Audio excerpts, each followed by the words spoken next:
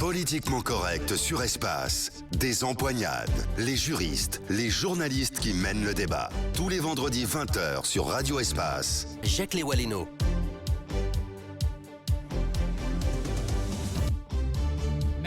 Merci de rester fidèle à nos programmes, merci de rester fidèle à cette émission et nous parlons bien entendu des concertations de ces derniers temps, de cette semaine ici à Conakry avec les représentants d'institutions et ONG internationales, mais tous les acteurs de la vie nationale et puis les sanctions prises par la communauté économique des États d'Afrique de l'Ouest contre les membres du CNRD, interdiction des voyages, gel des avoirs à l'étranger et ces questions, quelle durée devrait prendre la transition, quel gouvernement pour la conduire, quel rôle pourrait jouer la diaspora et la société civile. De cela, nous en parlions depuis la première partie. Et puis, comment financer toutes les actions de l'État et assurer à tous les Guinéens l'accès au minimum vital. Nous avons nos invités ici dans ce studio, Fahimba Mara, Sayon Dembélé, et puis, bien entendu, Amara Kamara, journaliste, éditorialiste et enseignant-chercheur.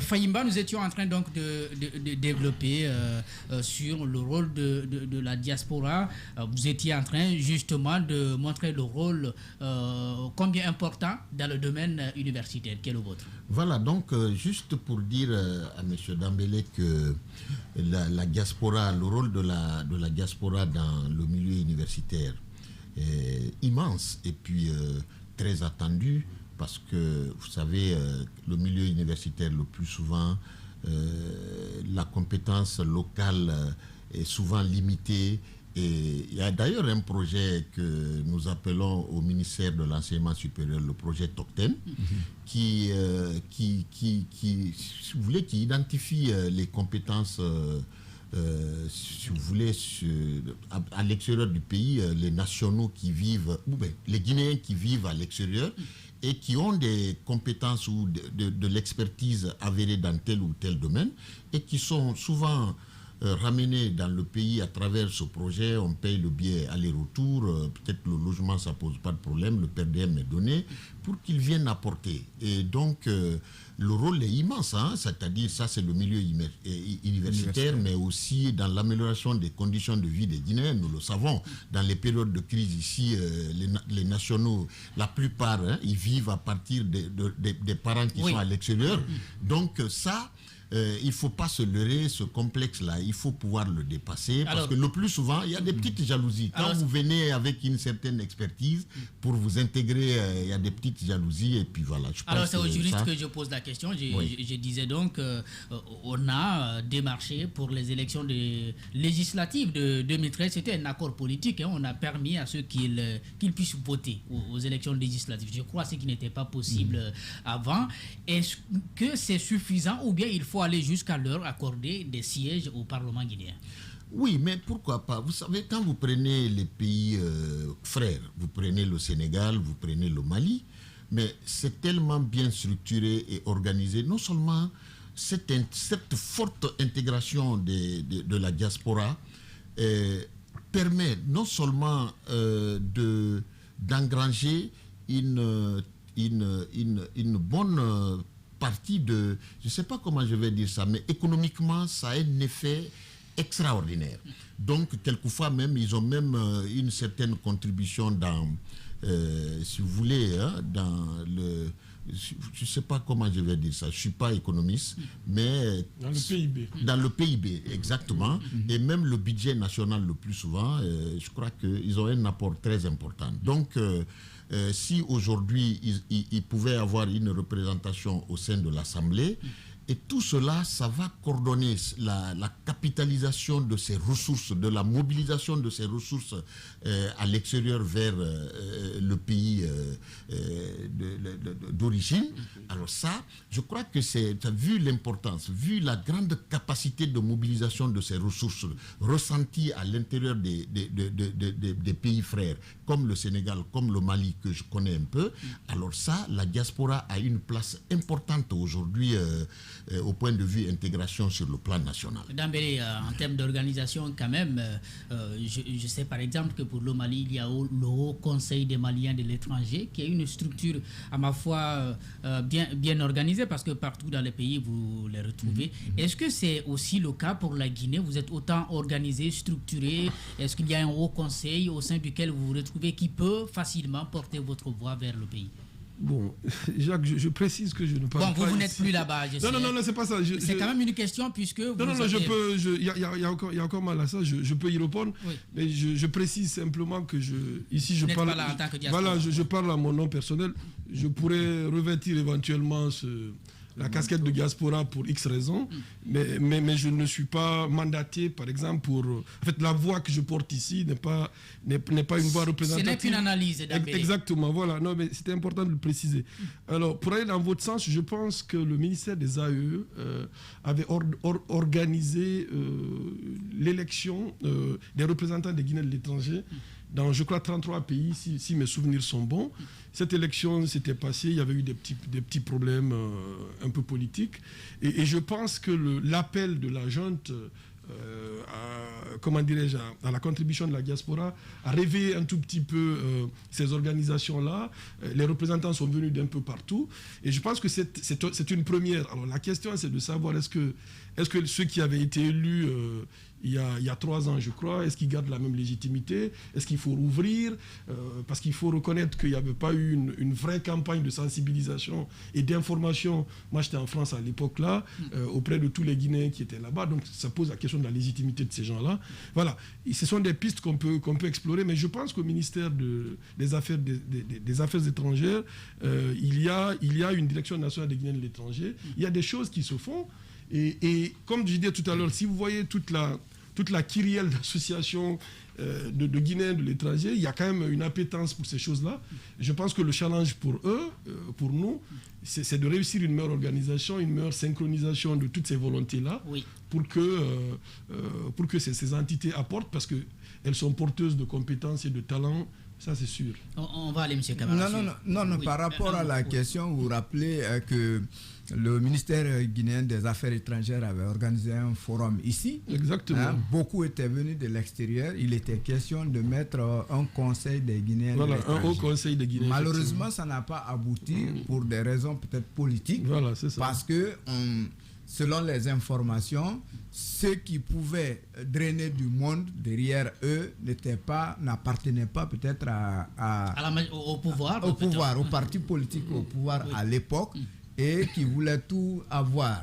Donc finalement, le forum n'a pas abouti à une élection pour la mise en place du Conseil des Guinéens. Mais ce substrat existe.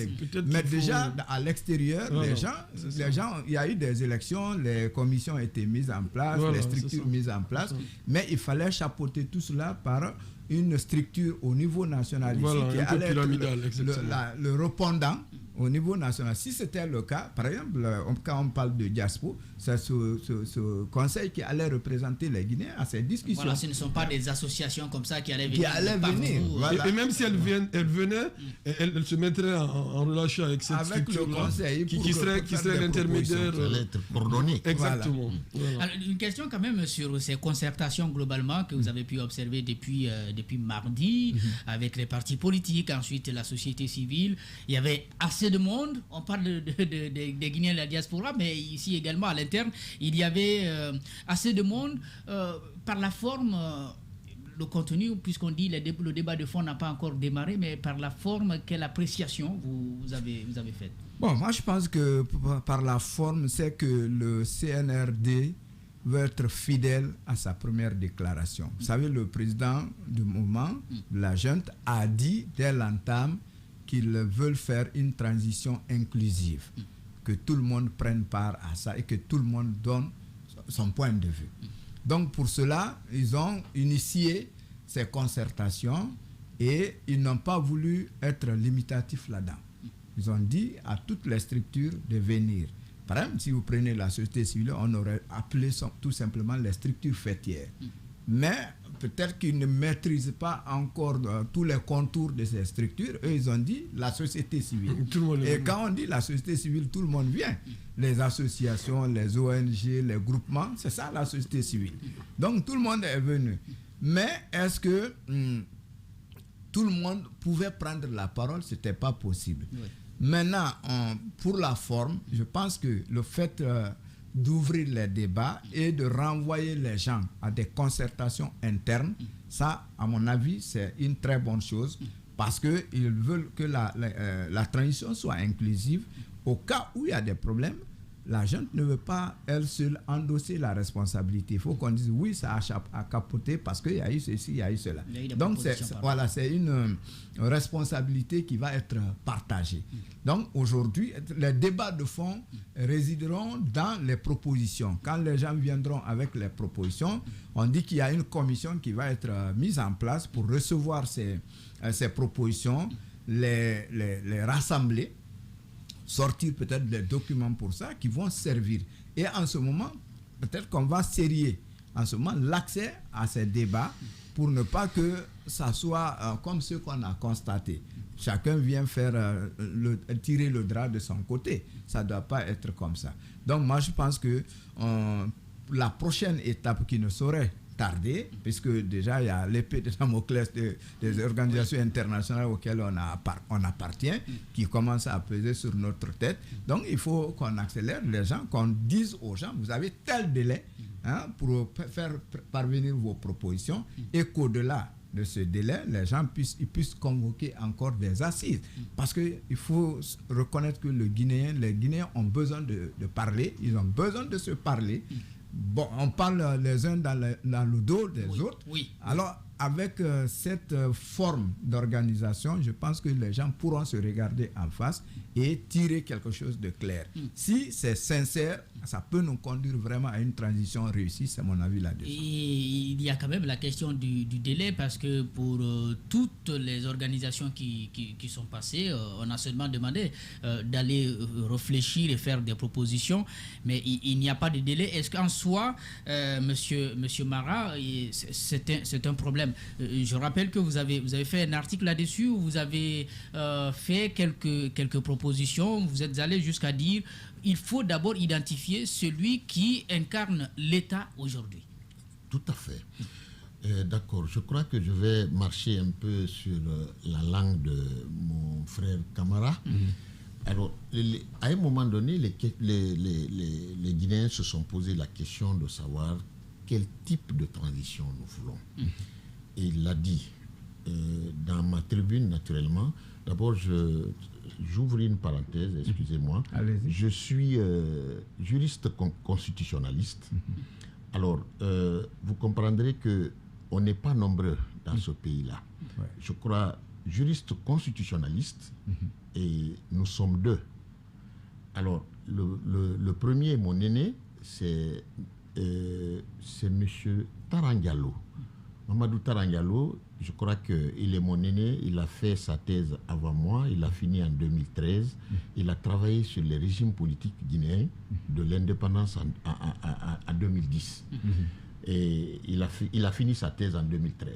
Donc, personnellement, moi, j'ai travaillé sur la limitation des libertés dans les régimes politiques africains, avec à la clé deux pays échantillons, la Guinée et le Sénégal. Nous sommes deux. D'accord. Alors, donc, si vous vous souvenez, peut-être que vous ne m'avez pas lu, quand les pourparlers ont commencé autour de la constitution de 2020, ça a commencé pratiquement en décembre 2019. Oui. Et donc, en février 2020, oui. j'ai fait un article où j'avais dit aux Guinéens, vous savez, le plus souvent, ça se dit, on dit que la parole du friand n'est jamais suivie le jour de l'abattage. Alors, ce jour, quand j'ai sorti l'article, j'ai dit, parce que on a étudié que ça, c'est-à-dire comment organiser le pouvoir, et dans l'exercice du pouvoir, qu'est-ce qu'il faut pour le limiter. C'est ça un peu le constitutionnalisme. Ouais. Le constitutionnalisme, c'est une doctrine qui prône, si vous voulez, l'encadrement du pouvoir, parce que pour quelqu'un qui connaît le pouvoir, il est appétissant, il fait rêver, et puis voilà, ça aiguise souvent des ambitions plurielles. Oui. Alors donc... pour ces concertations, oui. Voilà, donc je disais, pour ces concertations, donc comme on l'a dit, le CNRD, comme l'a dit M. Camara, est fidèle au contenu de son discours. Donc, c'est une sorte de constance avec soi. Alors, ils ont dit qu'ils allaient entamer une transition inclusive, comme il l'a dit, apaisée. Et pour cela, il faut que la transition soit négociée, il faut qu'elle soit consensuelle. Et est-ce que déjà on ne devrait pas commencer par fixer des délais? Parce que M. Camara le disait tantôt, on a quand même la pression de la communauté internationale. On est pris par le temps, naturellement. Oui. On est pris par le temps et je crois que ça, ce que vous soulignez est très important. On est pris par le temps avec la pression et tout ce qui s'ensuit. C'est vrai qu'aujourd'hui, on le dit, hein, c'est l'opinion. On est tous unanimes qu'il ne faut pas bâcler cette transition pour la simple raison que nous avons connu ou accumulé des expériences tristes, c'est-à-dire depuis 1984 avec la première génération de militaires, on a connu un échec. Et puis la deuxième génération est venue, on a connu également un échec. Alors aujourd'hui, cette troisième génération, on ne dit pas qu'ils nous promettent, si vous voulez, l'espoir rêvé, mais le premier discours, ou en tout cas les discours qui suivent, pour le moment, on n'est pas pessimiste, mais c'est rassurant. Et la méthodologie utilisée pour commencer à entamer la transition déjà peut rassurer. Mais par contre, ce qu'il faut mettre, c'est qu'il faut mettre la diligence. C'est-à-dire ceux qui viennent, les acteurs qui viennent, qui doivent participer au processus, il faut les mettre dans le timing, comme vous l'avez si bien dit. Quand vous dites, par exemple, aux composants de la société d'aller réfléchir, vous n'avez pas mis, ils ne sont pas cadrés, ils ne sont pas tenus par le temps. Alors, le retour, ça va être ça peut faire traîner la transition. Donc ça, je crois que cette remarque, elle est pertinente. Et si aujourd'hui, certains membres du CNRD nous suivent dans cette émission, je crois que cette remarque doit être intégrée dans leurs préoccupations. Ce que je voulais ajouter à la suite je souscris totalement à ce qui a été dit, à ceci près que pour la question du temps, j'ai envie de dire faisons attention. C'est-à-dire, on a la pression du temps, mais la pression du temps de qui? Voilà, vous me direz peut-être de la CEDEAO, des instances internationales. Voilà, mais je pense que, à mon avis, de ce que j'ai constaté depuis le 5 septembre, je pense qu'il y a un phénomène assez paradoxal en Guinée, en tout cas le corps social guinéen que je regarde. On a à la fois une forme de maturation politique des Guinéens, qui d'une certaine façon ont compris qu'on ne peut pas aller très vite dans cette tant les fondamentaux sont pour le moment fragiles. Je pense que les 13 millions de Guinéens, on ne s'est pas assis dans une maison pour se parler ou s'appeler, mais je pense que c'est une idée qui est plus ou moins partagée par tout le monde, y compris par les couches populaires. Ça, je pense que c'est une forme d'intelligence politique et de maturation. En même temps, nous avons à l'intérieur de ce magma-là des formes de lignes de fracture où la question du temps est interprétée comme une forme de baromètre pour éliminer des candidats qui seraient potentiellement putatifs, qui seraient potentiellement plus proches du pouvoir que d'autres. Voilà, moi je regarde beaucoup... Peut-être pas pour aller sur la durée de la transition, mais sur les activités qui sont déjà... Je suis d'accord, mais laissez-moi aller au bout de mon raisonnement, s'il vous plaît. S'il vous plaît, M. Camara, ce que je voulais dire, c'est qu'à la fois, on a un double phénomène. À la fois, les gens sont conscients qu'il faut aller sûrement. Il ne faut pas traîner, c'est vrai, mais il ne faut pas aller trop vite. Voilà, je pense que l'idée d'une transition qui va au-delà d'un an, 18 mois, voire 2 ans, je pense que, je n'ai pas fait de sondage, mais je pense que cette idée-là est majoritairement partagée. En même temps, ce que j'observe et qui me paraît très intéressant, c'est qu'à l'intérieur de cette forme d'unanimisme-là, vous aviez des lignes de fracture où des gens disent « mettez la pression sur la junte », encadrez-les, allez vite, parce que si vous n'allez pas vite, nous qui sommes partis politiques, nous qui compétition il y a 10 mois, en quelque sorte, le crédit potentiel que nous avons de l'emporter tout de suite, il va s'évaporer, etc. Donc c'est très intéressant de faire cette remarque. Maintenant, pour répondre, Jacques, si vous permettez, à la question du temps et à l'organisation de ces concertations, je pense qu'il faut l'analyser encore une fois sur deux angles. Le premier, c'est de dire que la junte est en train de bien jouer. C'est-à-dire qu'ils sont venus, ils sont acclamés, ils surfent sur une forme d'état de grâce, et à partir de là, ils reçoivent tout le monde, même si c'est une question de prise de contact. Après, tout le monde est d'accord. Regardez ce qui s'est passé avec les partis politiques. C'est une forme de fort d'emploi. On en parlera. C'était folklore. On en parlera. Une pause de quelques minutes et puis nous revenons juste après. Je vous en prie. Politiquement correct sur Espace. Des empoignades. Les juristes, les journalistes qui mènent le débat. Tous les vendredis 20h sur Radio Espace. Jacques Lewaleno.